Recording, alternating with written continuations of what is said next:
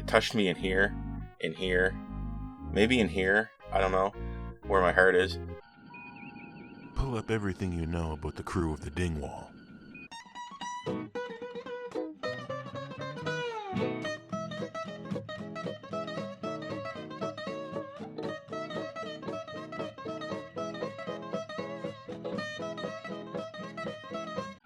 Who are these kids?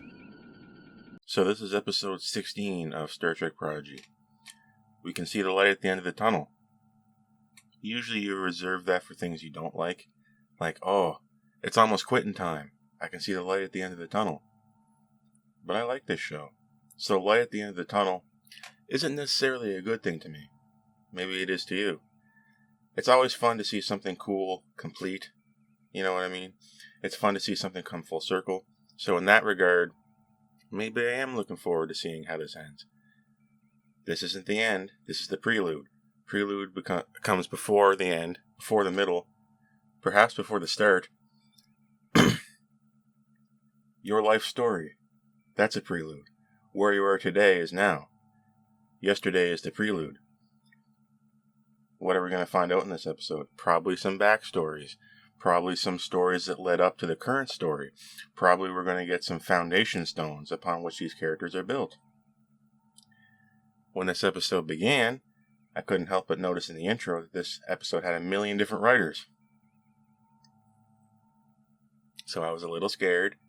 I went in cautiously, but I ended up with an episode that was pretty good, although decidedly uneven given the circumstances. This episode is a smorgasbord. Okay? This episode does not have one complete thematic through line. It has many. For me, that's not as good as one coherent ABCD story. But for the viewers at home, maybe this will work. You see, you can pick and choose what you want. If you go to a buffet, you don't have to eat the chicken wings. You don't have to eat the asparagus. You know, some things you can just throw out. And maybe this episode works like that. So for me, this is going to be a difficult review. It breaks the mold in a way. So let's just see what's going on with Prelude. You know what? Let's get this prelude to the review out of the way. The preview. And let's get into the review. Shall we? Like every episode, I don't think it needs mentioning. This is a continuation of the previous episode. Completely self-contained episodes are good, but this isn't one of them, although you would be forgiven for thinking it was totally self-contained. The overarching plot doesn't come in until a little later, and you'll get what I mean. If you're genre savvy, or you've seen a lot of long-running TV shows, you know when an episode is starting to feel like it's going to be a clip show. Okay? If you've seen this episode, you know exactly what I'm saying. All our characters are in a room. Nothing of import is happening. Hey, why don't you tell me about that thing? Remember when, wink wink, nudge nudge, say no more, you know you're in for a clip show, which is to say the writers and or producers have run out of time or money and are just going to rehash together old episodes.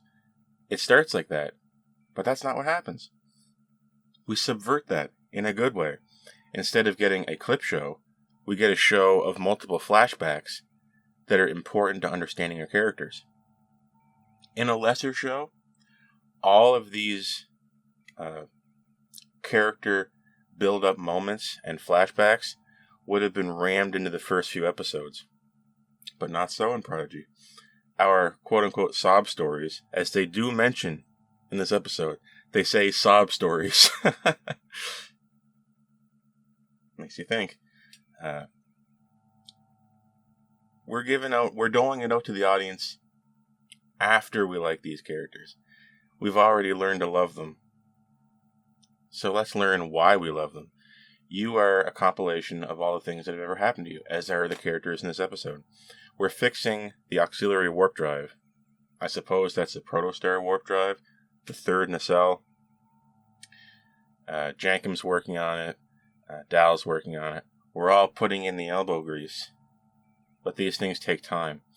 We get to a point where we just have time to spare. So we're going to tell each other about our own histories. Prompted by Dal's previous episode where he learned about his nebulous origins, we'll say. Feeling a little off. It's like, you guys aren't dealing with the effects of being a genetic experiment. That's why I can, make a mistake and get away with it here and there. Not that it matters to me. He's not an engineer. It's fine. Like you guys got it any better, right? Well, they don't. So we're going to sit around the campfire, as it were, in the Protostar engineering bay, and we're going to talk about our past. How did we end up as slaves on Tars Lamora? Way back when. We have rok-tahk story, Zero story, and Jankum story. And not all stories are made equal. Some are better than others. So I'm going to start with my favorite, that being rok-tahk's. Maybe you could have guessed this. Because one of these is just terrible, one of them is pretty good, and one of them I think is great, that being rok-tahk's. We're going to see why in a moment. Like I said, a thematic smorgasbord. Each of these stories, you take what you want. Okay? For me, like I said, I'd like a through line thematically, but these little nuggets, they're not so bad. People like the chicken nuggets. Maybe you go to the buffet and you like the chicken nuggets. So we're going to get into the first nugget. See, rok-tahk was a wrestler. They called her the Monster. And the Monster needed a hero to fight her. And people would come from everywhere to watch this wrestling match. Day in, day out, the same match. Really? Rok-tahk couldn't really share a language with the hero, but the hero had a very cool design. He'd make a cool little desktop figurine. He's got this interesting kind of sci-fi fantasy design to him. He looks like a knight with armor made from various pieces of metal detritus. And he has some kind of blue electric sword thing. Very neat. So you can see why the kids loved him. I loved him. And you're only as old as you feel, right? And I feel like I'm maybe 5 mentally. So take that for what you will. Rok-tahk is sick of being the monster. The kids don't like the monster. The kids are scared of the monster. In wrestling, we call that character a heel. The person whose professional job it is to play the villain. It's not always fun. You have to be okay with being laughed at, hated, heckled. But that's how you know you're doing your job well. Somebody has to be the villain, okay? And the hero, in this case, is the face.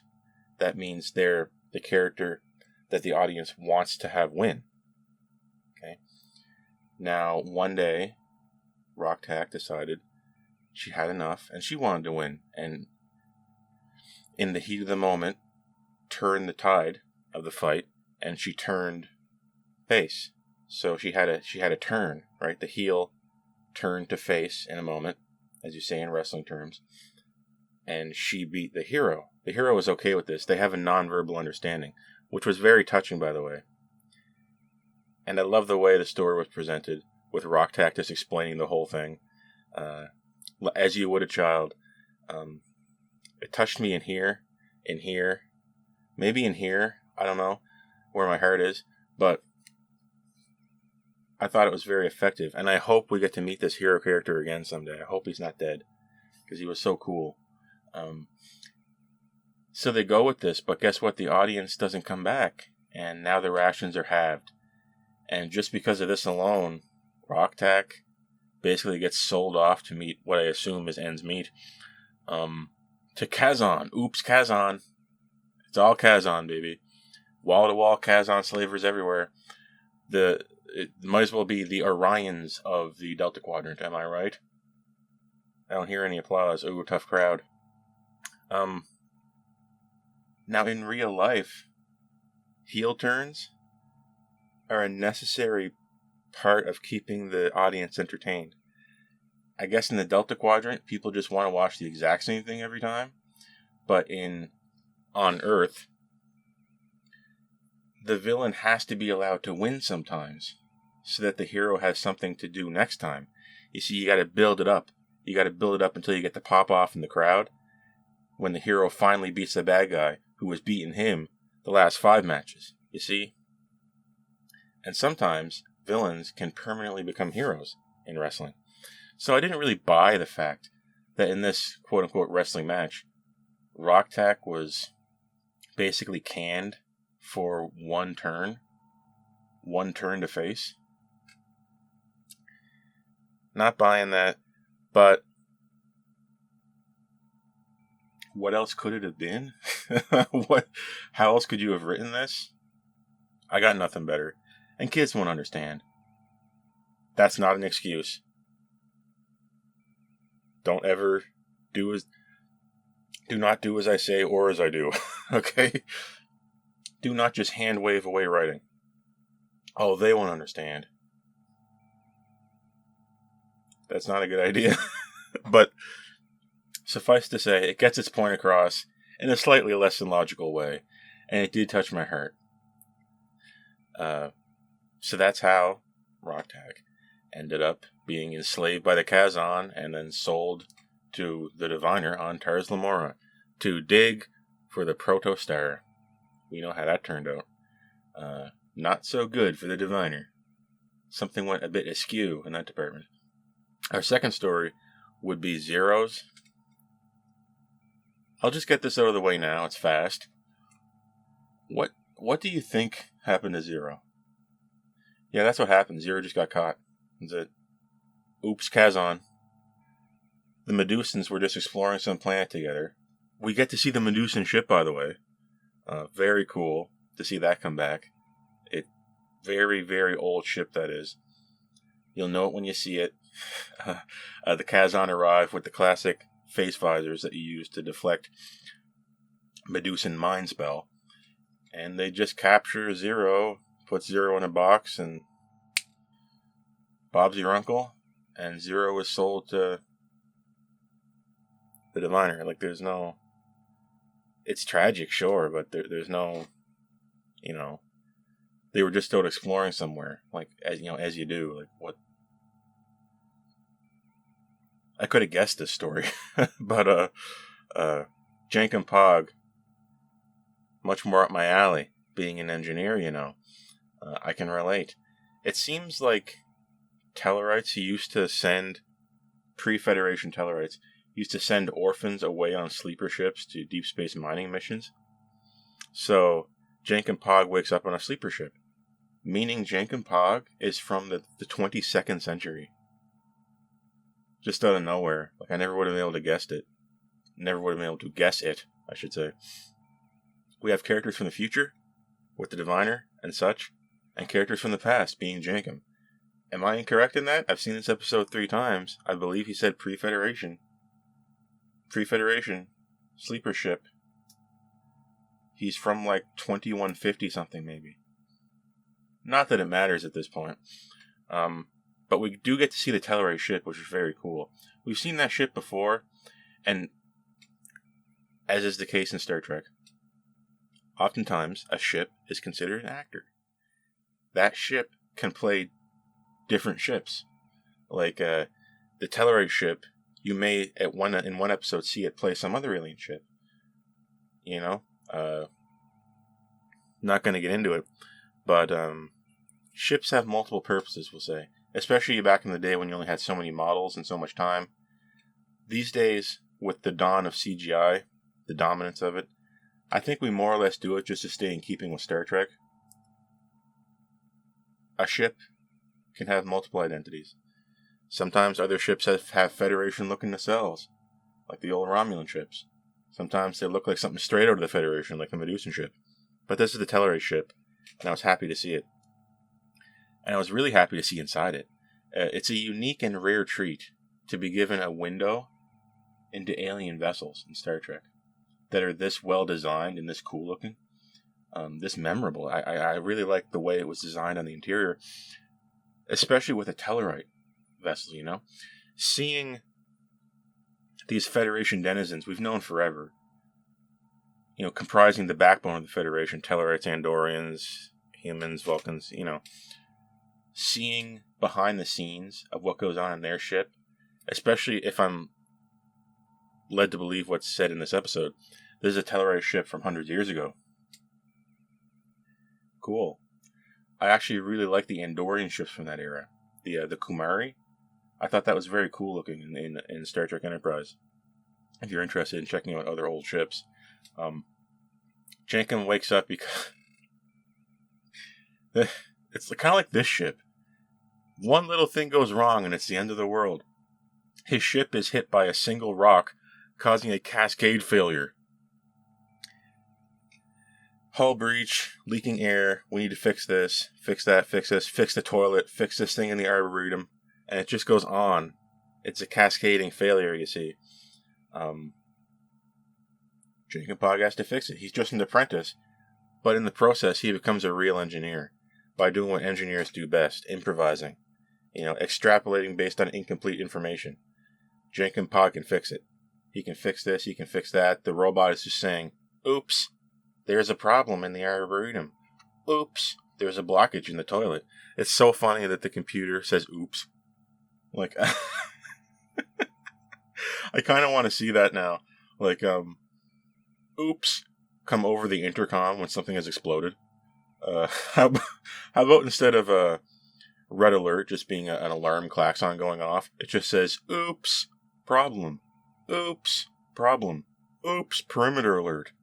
Oops, Romulans. It's very cute. I thought it was on brand for the show, and I think kids might really like it. Like I said, I really liked it. So take that for what it's worth. We do fix the ship, but air has been depleted. The robot curiously says air is decreasing. Like, the way the robot says it, it sounds like the air is decreasing now, not air has been depleted. It doesn't really indicate that the maximum air supply has gone down. It says more like air is running out, which was curious because I think that means you have to fix it now.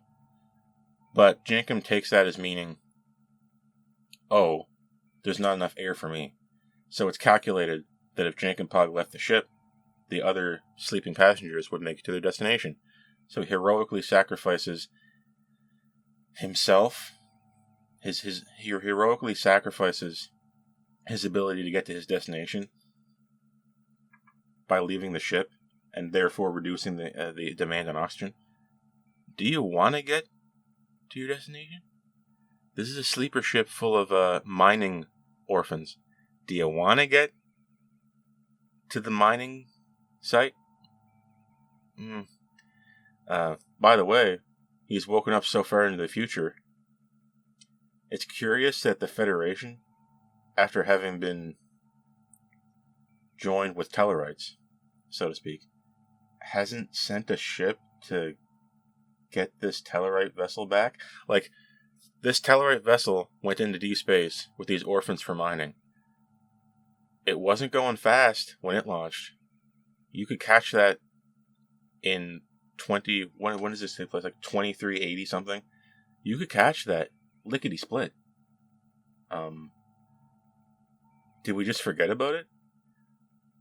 Like, you probably could have catched this vessel in the 23rd century. If we send out deep space ships, sleeper ships, slow ships, on arduous missions and/or missions of ambiguous parameters, doesn't it stand to reason that we go back and get them once we develop the technology to get them? I don't know, but that's Jankum's story. He leaves on a little life pod from the Tellurite ship to immediately, in the same scene, just be picked up by Kazons. It's so funny how it works. Jankum Pog fixed it. Oops, Kazon. Getting Kazoned. That's how all our friends ended up in Tars Lamora. We don't need Dal's story. We don't need Gwen's story. And Murph doesn't have a story, because Murph's story is just a burp. That's Murph's story.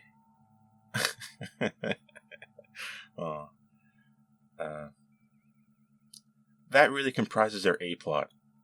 The veritable smorgasbord of thematic through lines. Take it for what you will. Meanwhile, the overarching plot of our show has moved to the Dauntless.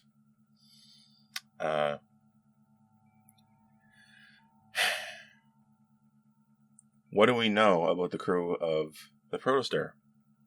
Dal, Jankum, rok-tahk, Gwyn, Zero. We intercept non-Federation communication signals, and we learn that there's a bounty on these kids. Somebody's trying to catch them. Somebody called the Diviner. A serious name for what I assume is a very serious person. So really, Janeway's on the right track. We've resolved the issue of Janeway trying to, quote-unquote, kill these kids. Maybe, if we can say that, by destroying the Protostar. And we've gotten to this point where, okay, our characters, the audience, and Janeway, we're on the same track. We more or less are on the same team now, and we know we just have to beat the Diviner. And anyone else associated with the Diviner. So, a lot of that tension is resolved. So what do we do to keep this interesting? Remember last episode where I said in my review for it that I was getting tired of adding questions and I was looking for answers, and I hoped we would just start finishing the show now, as in revealing answers to burning questions. I didn't mean get all the answers in one episode, but I don't want to look a gift horse in the mouth, because we did learn what happened. We learned what happened with Chakotay. You see, Essentia has returned to her Varna cat form. That being the Vindicator is her name. Ooh, shock, horror, terror. Wow, Vindicator. Sounds scary. And just dumped the backstory onto the Diviner. Diviner's head is still mesmerized from being Medusan blasted. And her Dreadnought unit have to enlighten him as to their backstory and why they are here looking for the Protostar. In doing so, she reveals it to the audience. A good idea. We come up with a way to load backstory or prelude onto the audience that logically makes sense in the plot. The Diviner needs to know, the Diviner wants to know, he has to know, and so do we. So we're finally getting what happened in the ambiguous future of Planet Solon. But it's gotten across with an artistically interesting 2D portraits and slides, essentially.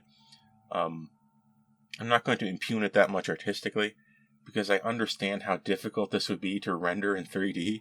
You're rendering a war over the entire planet, and with Dreadnought units running around everywhere and explosions, and I don't begrudge it for displaying it in a less complicated way. In fact, you may like it. You may take something out of this. Maybe there's some cool images in there. Maybe some cool backgrounds for the computer console in your quarters. You know what I'm saying? Anyway, it seems that at some point in the future, a Prometheus class, I assume, I saw a 4-nacelled pointy ship, arrives in Solum. The arrival of this ship causes a civil war. The Federation refused to take a side. Good. You're not supposed to. And then this eventually destroys Solum. And I'm just thinking, well, I don't know how common that is on First Contact. I know First Contact situations can be treacherous, but I mean, it doesn't reflect great on Solum. So I mean, I would, if I were the Diviner, I would, self-reflect a little bit and be like, wow, what was wrong with my planet? But I can understand in the heat of the moment, being blinded by thoughts of revenge. I get it. You just want to go back and turn back the clock, you want to go back to a time when things were simpler. You don't want to have First Contact, maybe it doesn't work out the same for everybody, everyone's different. So they literally turn back the clock. We're assuming that time now works on the theory of the same timeline idea, where if you go back in time, change the past, you're altering your timeline, or else why do it? As usual in Star Trek, time travel just works however you want it to. If it makes for a good story, we'll do it that way. That's why I'm not so hot on time travel. The protostar later arrives. They called it an accident or a mistake, and we called it fate. They were waiting all this time for the retribution. The protostar arrives from what is a temporal anomaly. Chakotay and co. on the protostar go through an accidental temporal anomaly, sustaining damage to the protostar. You know, temporal anomalies, they just happen every other day in Star Trek now. I don't know, it's just, how did we get here? Temporal anomaly. You know, just like last time, and the time before that. The Chakotay and his crew are captured, taken prisoner by the denizens of Solum, and they come up with an idea to plant a booby trap into the protostar that we now know as the living construct. But Chakotay, at the last moment, sets the protostar on autopilot to go back through the temporal anomaly, stealing their weapon away from him. And he's looking up and smiling at it, and I started clapping. I was like, this is this is so cool. This is so brave. Chakotay stranded himself in the future to take their weapon away from them.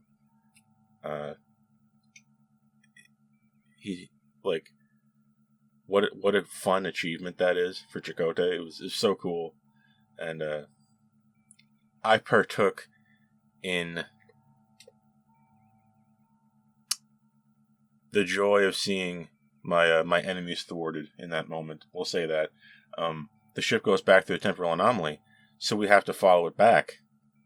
That being the Diviner and friends from Solum. Their only hope is to go back and find the protostar and complete their mission to use it to destroy Starfleet. So they send the last of their ships, singular pods, one person, one dreadnought, go through the temporal anomaly and hope that we just end up wherever the protostar ended up. A veritable suicide mission, as it were. The wormhole collapses mid-transfer, and the Diviner ends up 20 years in the past, and who we now know as the Vindicator, that being Essentia, or was Essentia, ends up 3 years in the past, explaining the age difference. The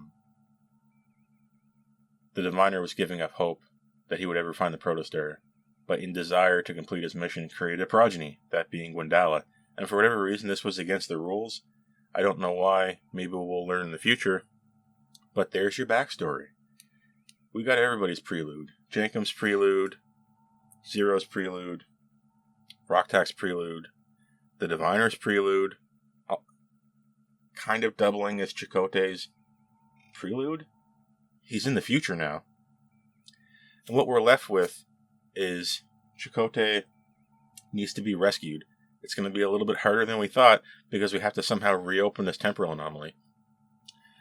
And now Janeway is on the right track. And they're looking for the Diviner. The Diviner is on the Dauntless. Uh-oh. The Diviner, the Vindicator, and Dreadnought are on the Dauntless, and Janeway reports to the meeting room where she thought Essentia was, and the Diviner, who we now is like out in the open, the Diviner, and is quickly neck karate chopped, and old Janeway is down on the ground, and I guess what I'm led to believe here is that the Diviner, Vindicator, and Dreadnought are going to take over the Dauntless, and I bet you they'll do it, because the Dreadnought is very dangerous. It is a very powerful machine that is not to be trifled with, and there's no doubt in my mind that they're going to be able to take over the Dauntless, because Janeway is knocked out. She can't report what happened, and now it's two Val-Nakat and Dreadnought against an unsuspecting crew. They got the advantage. Who will win? I think this episode has established that the new battlefield on which this series is going to take place going forward is Dauntless, led by our Val-Nakat friends and Dreadnought, versus the Protostar crew on a mad dash to the temporal anomaly, to get Chakotay back and the rest of the crew. And, really finish the fight. Wink, wink. I think that's where this show is going. And if that comes true, I'll be very happy with it, because to me that's a compelling story.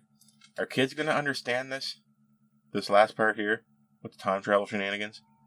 I hope so. It's a little